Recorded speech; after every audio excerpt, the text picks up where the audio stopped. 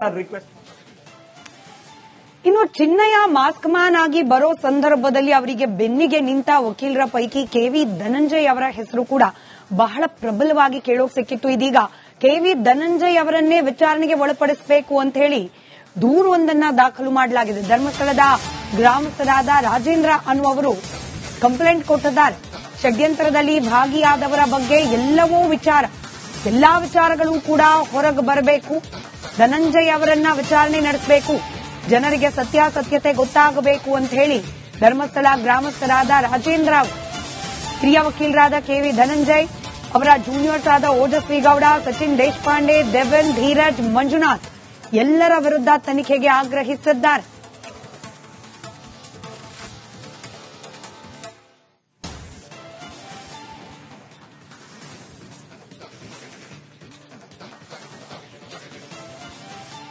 ಎಸ್ಐಟಿಗೆ ದೂರು ನೀಡಿದ್ರಿ, ಏನಂತ ದೂರು ನೀಡಿದ್ರಿ ಅಂತ? ನಾವು ದೂರು ನೀಡಿರುವಂತದ್ದು ಪ್ರಾರಂಭದ ದಿನದಲ್ಲಿ ಆರೋಪಿ ಅಥವಾ ಅನಾಮಿಕ ಆರೋಪಿ ಅಲ್ಲ, ಕ್ಷಮಿಸಿ, ಅನಾಮಿಕ ಅಥವಾ ದೂರುದಾರ ಏನು ತನ್ನ ಕಂಪ್ಲೇಂಟ್ ಕೊಟ್ಟಿದ್ದಾರೆ, ಆಗ ಕೆಳಗಿನ ಸಾಲಿನಲ್ಲಿ ಇದಕ್ಕೆ ಬೇಕಾದಂತ ಎಲ್ಲಾ ದಾಖಲೆಗಳನ್ನು ಸುಪ್ರೀಂ ಕೋರ್ಟಿನ ವಕೀಲರಾದಂತಹ ಕೆವಿ ಧನಂಜಯ್ ಅವರಿಗೆ ನೀಡಿದ್ದಾರೆ ಅಂತ ಹೇಳಿದ್ದಾರೆ.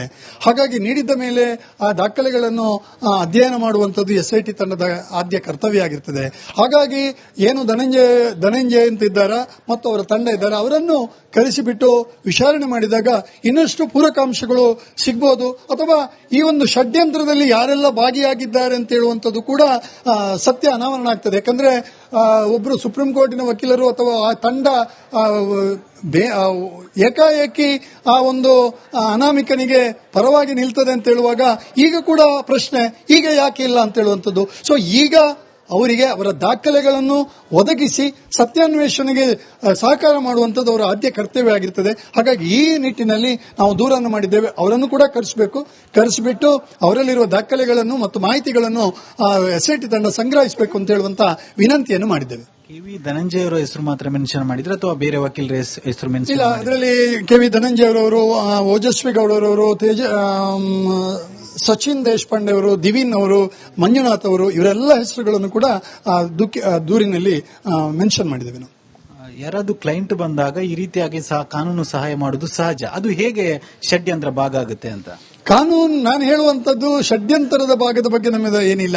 ಷಡ್ಯಂತ್ರ ಯಾವಾಗ ಆಗ್ತದೆ ಅಂತ ಹೇಳುವಂಥದ್ದು ಅಲ್ಲಿ ದೂರುದಾರ ಕೊಟ್ಟಿರುವಂತಹ ಕೆಳಗಿನ ಶಾಲೆಗಳಲ್ಲಿ ಎಲ್ಲಾ ದಾಖಲೆಗಳನ್ನು ಒಪ್ಪಿಸಿದ್ದೇನೆ ಅಂತ ಹೇಳುವಂಥದ್ದು ಕೊಟ್ಟಾಗ, ದಾಖಲೆಗಳ ಈ ಒಂದು ವಿಚಾರದ ಅನ್ವೇಷಣೆಯನ್ನೆಲ್ಲ ಮಾಡಿದಾಗ ಏನೂ ಸಿಕ್ಕಲಿಲ್ಲ ಅಂತ ಹೇಳಿದಾಗ, ಇದು ಬುರುಡೆ ಅಂತ ಹೇಳಿದಾಗ, ಹಾಗಾದ್ರೆ ದಾಖಲೆಗಳು ಏನು ಕೊಟ್ಟಿದ್ದಾರೆ ಅಂತ ಹೇಳೋದು ಕೂಡ ಪ್ರಶ್ನಾರ್ಥಕ ಚಿಹ್ನೆ. ಯಾಕಂದ್ರೆ ಆ ದಾಖಲೆಗಳಲ್ಲಿ ಏನು ಸತ್ಯ ಇದೆ, ಅಥವಾ ಆ ದಾಖಲೆಗಳು ಕೂಡ ಫೇಕಾ, ಅಥವಾ ದಾಖಲೆಗಳಲ್ಲಿ ಏನು ಷಡ್ಯಂತ್ರ ಅಂತ ಹೇಳುವಂಥದ್ದು ಕೂಡ ಜನರಿಗೆ ಇರುವಂತಹ ಪ್ರಶ್ನೆ. ಆ ಪ್ರಶ್ನೆ ಸತ್ಯಾನಾವರಣ ಆಗಬೇಕು ಅಂತ ಹೇಳಿದ್ರೆ ಅವರ ತನಿಖೆ ಆಗಬೇಕು, ಅವರ ಹೇಳಿಕೆಗಳು ಬೇಕು. ಅವರ ತನಿಖೆ ಆದಾಗ ಒಟ್ಟು ಈ ದೂರುದಾರನ ದೂರಿನ ಪೂರಕವಾದಂತಹ ದಾಖಲೆಗಳು ಇದೆಲ್ಲವೂ ಹೊರಗೆ ಬರ್ತದೆ, ಸತ್ಯಾಸತ್ಯತೆ ಗೊತ್ತಾಗ್ತದೆ. ದೂರಿನ ಜೊತೆ ಏನಾದರೂ ಪೂರಕವಾದಂತಹ ದಾಖಲೆಯನ್ನು ಕೊಟ್ಟಿದ್ರೆ ಎಸ್ಐಟಿಗೆ ಅಂತ? ಇಲ್ಲ, ನಮ್ಮದು ದೂರು ಮಾತ್ರ. ದೂರು ಮತ್ತು ದೂರಿನ ಅದರಲ್ಲಿರುವಂತಹ ಅಂಶಗಳನ್ನು ಬರೆದಿದ್ದೇವೆ. ಕ್ಷೇತ್ರದ, ಯಾಕಂತ ಹೇಳಿದ್ರೆ ಏಕಾಏಕಿ ಬಂದವರಲ್ಲ ನಾವು.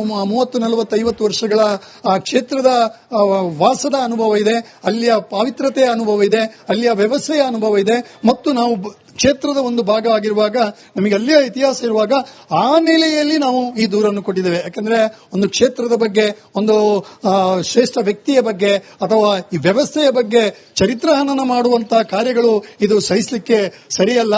ಹಾಗಾಗಿ ಇದರಲ್ಲಿ ಯಾರೆಲ್ಲ ಭಾಗಿಯಾಗಿರ್ತಾರ, ಯಾಕಂತ ಹೇಳಿದ್ರೆ ಭಾಗಿಯಾಗುವಂತ ಏನೇನು ಅಂಶಗಳು ಬರ್ತದೆ ಇದೆಲ್ಲವೂ ಕಾಣ್ತಾ ಇದೆ. ಹಾಗಾಗಿ ಅದಕ್ಕೆ ಪೂರಕವಾಗಿ ಇವತ್ತು ಅವರನ್ನು ತನಿಖೆ ಮಾಡಬೇಕು ಅಂತ ಹೇಳುವಂತದ್ದನ್ನು ವಿನಂತಿ ಮಾಡಿದ್ದೇವೆ. ಇವರು ಸ್ವೀಕರಿಸಿದ್ರೆ ಏನಾದರೂ ಹಿಂಬರಹ ಬರೆದು ಕೊಟ್ರೆ ಹೇಗೆ ಅಂತ ಕೊಟ್ಟಿದ್ದಾರೆ. ಹಿಂಬರವನ್ನು ಕೂಡ ಕೊಟ್ಟಿದ್ದಾರೆ. ಬಹಳ ವಿನಮ್ರವಾಗಿ ನಾವು ಕೇಳಿಕೊಂಡಾಗ ಬಹಳ ಸಹನೆಯಿಂದ, ತಾಳ್ಮೆಯಿಂದ ಅದನ್ನು ಓದಿಬಿಟ್ಟು ಹಿಂಬರವನ್ನು ಕೊಟ್ಟಿದ್ದಾರೆ.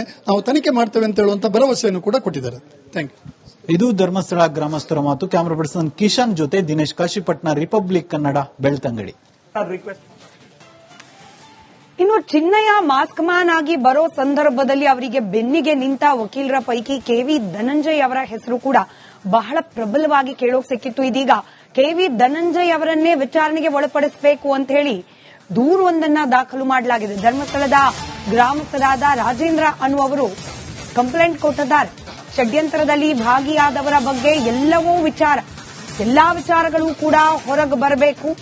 ಧನಂಜಯ್ ಅವರನ್ನ ವಿಚಾರಣೆ ನಡೆಸಬೇಕು, ಜನರಿಗೆ ಸತ್ಯಾಸತ್ಯತೆ ಗೊತ್ತಾಗಬೇಕು ಅಂತ ಹೇಳಿ ಧರ್ಮಸ್ಥಳ ಗ್ರಾಮಸ್ಥರಾದ ರಾಜೇಂದ್ರ ಅವರು, ಹಿರಿಯ ವಕೀಲರಾದ ಕೆವಿ ಧನಂಜಯ್ ಅವರ ಜೂನಿಯರ್ಸ್ ಆದ ಓಜಸ್ವಿ ಗೌಡ, ಸಚಿನ್ ದೇಶಪಾಂಡೆ, ದೇವನ್, ಧೀರಜ್, ಮಂಜುನಾಥ್ ಎಲ್ಲರ ವಿರುದ್ಧ ತನಿಖೆಗೆ ಆಗ್ರಹಿಸಿದ್ದಾರೆ.